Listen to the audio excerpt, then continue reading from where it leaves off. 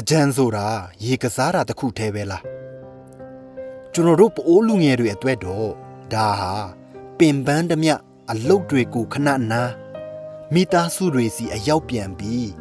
ယဉ်နီးမှုတွေကိုပြန်တီဆောက်ကြတဲ့အချိန်ပါဖျားသွားတယ်ဖုန်ကြီးကျောင်းတက်တယ်မိဘဆရာတက်ကြီးရွယ်ဦးတွေကိုကြော့ကြတယ်ကဲရွာကလူငယ်တွေရောဒီနေ့ဖုန်ကြီးကျောင်းတွေတက်နေကြပြီလားရဲ့ရွာကလူပြိုအပြိုတွေရောစုံစုံလင်လင်နဲ့ပျော်နေကြပြီလားရေကစားတာထက်ပိုလေးနဲ့တဲ့ကိုယ့်ရဲ့ရိုးရာယဉ်ကျေးမှုနဲ့စိတ်တန်ဖိုးတွေပြန်ရှင်တန်လာတဲ့ကာလအထူးသဖြင့်မိသားစုနဲ့ဝေးရာမှာရောက်နေတဲ့ပြည်ပရောက်လူငယ်တွေအတွက်ဆိုရင်ဒီအချိန်ဟာလွမ်းဆုံးအချိန်တကြံဆိုတာပျော်ရွှင်မှုတက်တက်တင်မဟုတ်ပါဘူး